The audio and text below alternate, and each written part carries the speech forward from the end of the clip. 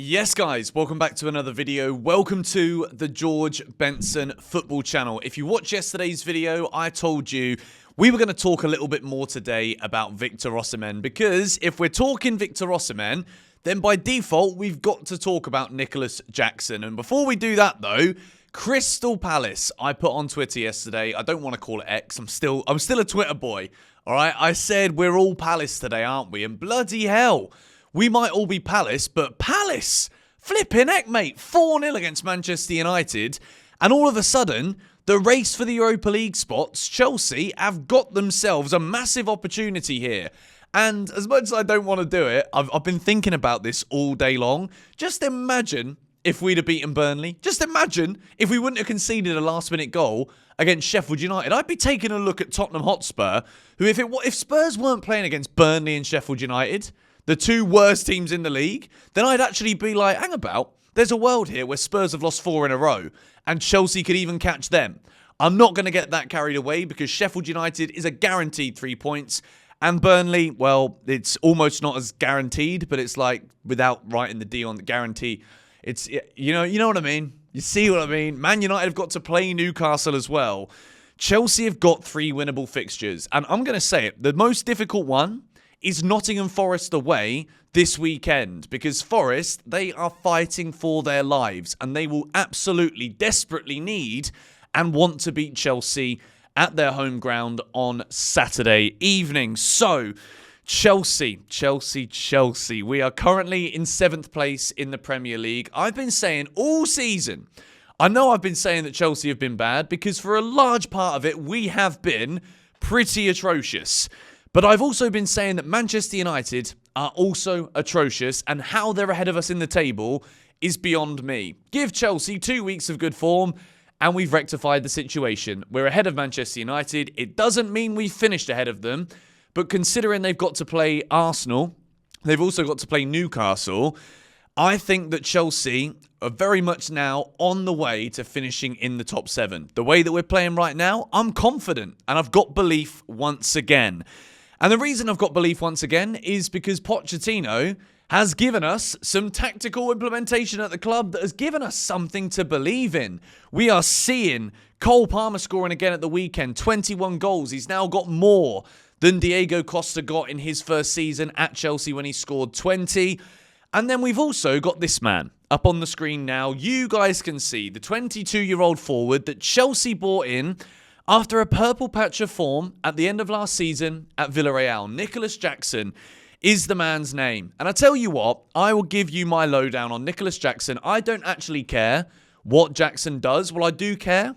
But in the last 3 games of the season, I don't care if he goes back to scuffing every single chance. It will just make what I'm about to say about Victor Osimhen either look a little bit dumb or it might vindicate what I'm saying.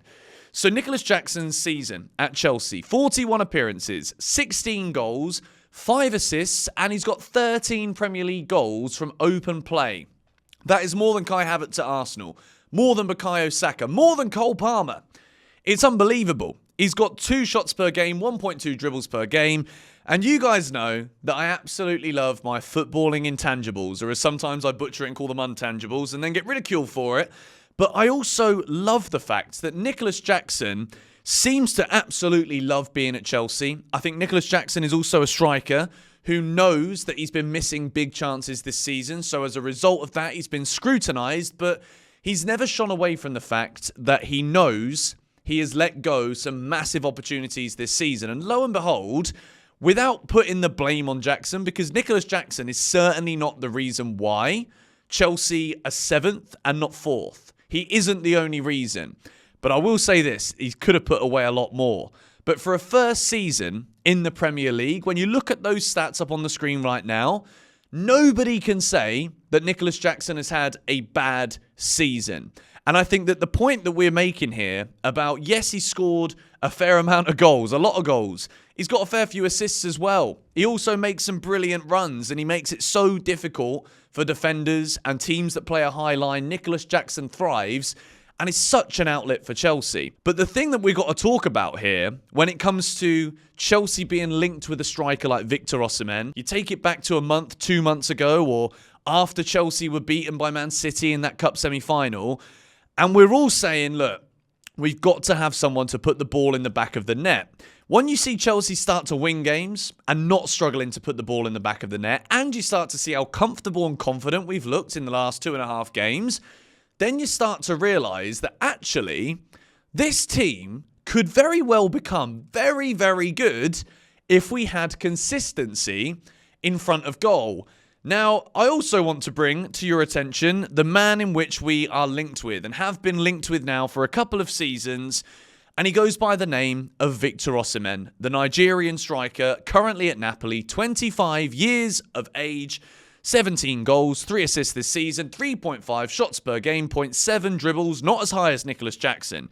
But for me, there is such a clear way that signing Victor Osimhen makes sense. I'm also going to talk about why it might not make sense.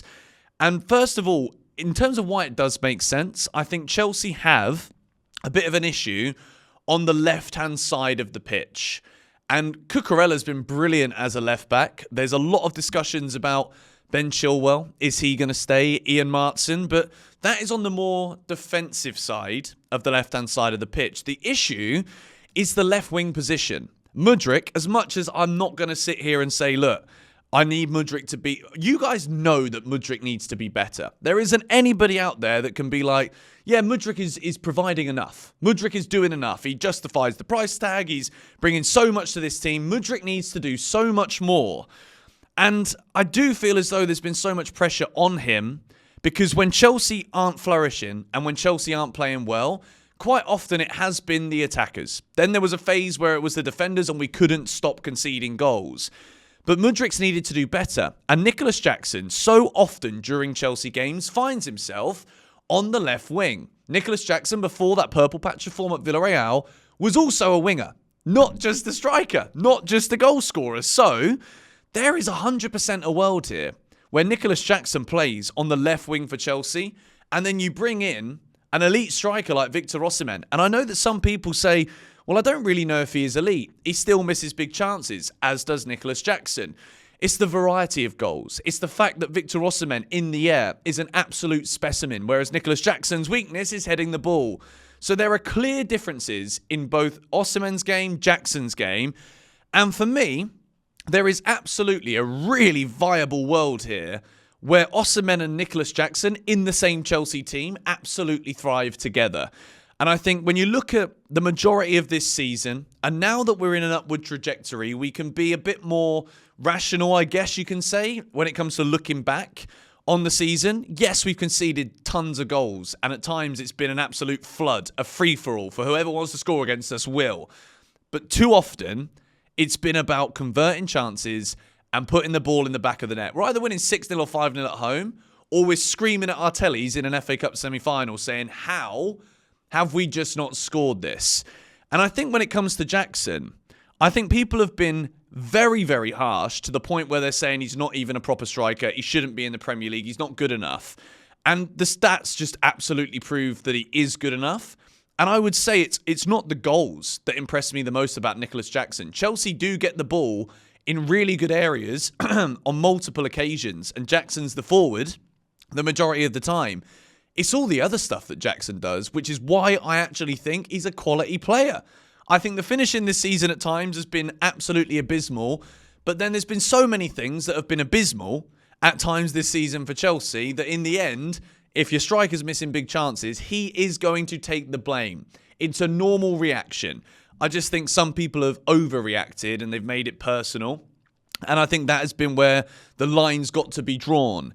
But as to whether or not do I believe that Victor Osimhen should be a Chelsea signing, I do think that there is a world where we don't necessarily need to bring in a striker that costs as much money as Victor Osimhen. And this is the big sticking point here. When you look at the goals that Cole Palmer has scored, which is why I brought him up earlier, you look at the amount of goals that Nicholas Jackson has scored, and then you look at the price tag of Victor Osimhen, and then you look at the other weaknesses and places that Chelsea could strengthen and should strengthen across the field. And in terms of whether or not it's necessary to spend in excess of 90 million quid on Victor Osimhen, I would not be all that disappointed if we didn't. And if we spent some money on a striker, I think we still need a striker, because if Jackson gets injured, then we're really screwed. We're sticking Palmer up front again, and then we get wasted without being able to use what is so good in the transition and in the build-up with having Cole Palmer deeper. So we can't rely on Jackson not to be getting injured, so we do need a striker. Victor Osimhen, I think there is a world, where if you somehow keep Jackson in and around the team, you sign Victor Osimhen, Chelsea could be challenging next season. Liverpool are going to have no Jurgen Klopp. Man City, I think Arsenal are going to be right up there again. They're building something. United, we're not even going to entertain it. Spurs, we're not even going to entertain it. So there is a world next season where there's going to be a huge gap in the Premier League, and it is up to someone like Chelsea to grab it. Aston Villa have been great this season, but they'll have Champions League football most likely to deal with next season. So I think if Osimhen is available and he's interested to come to Chelsea and the wages aren't going to ruin the new structure that we've got at this club, you can never turn your nose up at signing an elite, proven goal scorer. And Victor Osimhen is absolutely that. I wanted to address in this video today, and you can see the thumbnail, it's got unnecessary with a question mark, because I really want to know what you guys think about this one. Is it 100% necessary to spend that much money when we could be in the market potentially for a top goalkeeper? I think Petrovic is good, but we could be in the market for a top keeper if we don't spend 100 million on a striker, and we've got players to score goals. We also could be in the market for another left winger, and we could give the reins and give the mantle to Nicholas Jackson as a striker. Chelsea, by the looks of things, we're looking to sign Esteval Willian, who I'm going to talk about in another video later this week. Kendry Páez, Noni Madueke, Estevan Willian, Cole Palmer. We're stacking the right-hand side of the field up as if it's, I don't know, the analogy just completely left my mind, but there's going to be a lot of players there, and there's Mudryk on the left and Sterling, and I think Sterling is going to be sold. I just don't think it's working for him at Chelsea, and I think the Mudryk gamble isn't currently working. I still think he could come good, I do, but how long is that going to be? So when I weigh all of these things up, I'm like, yeah, let's just go out there, get Victor Osimhen. We can use Nicholas Jackson over on that left-hand side. He's so good in those channels, making those runs, doing the dribbles. He's brilliant. As much as I've critiqued him for the finishing, which is absolutely warranted at some of the times this season, he's missed absolute sitters. You look at these stats here, and these are pretty bloody good for a 22-year-old striker who only literally played at the end of last season as a striker. First season at Chelsea, I'm going to say this is good for Nicholas Jackson, and I think he's going to build on it. I think he's got the hunger, he's got the determination, and what we're seeing at the moment, he has got the players around him to support him, and at the moment, the manager is tactically getting things right. And I think if Pochettino, and this is what I want to wrap up with here, if Mauricio Pochettino wants Victor Osimhen and has a plan for Victor Osimhen, back him. Give the manager the exact players that he wants this summer. And if we do that, we can say that right now there's progress at Chelsea, yes. You take that progress and give the manager, whether it's Poch or whoever, but right now let's say it's Poch, give him the players that he actually wants in this team, and we will only get better. The Premier League quality, I think, is going to be questionable next season. I think Liverpool will struggle without Klopp. I know that maybe someone will clip that up in the future and I'll look like an idiot. Arne Slot might just be the guy.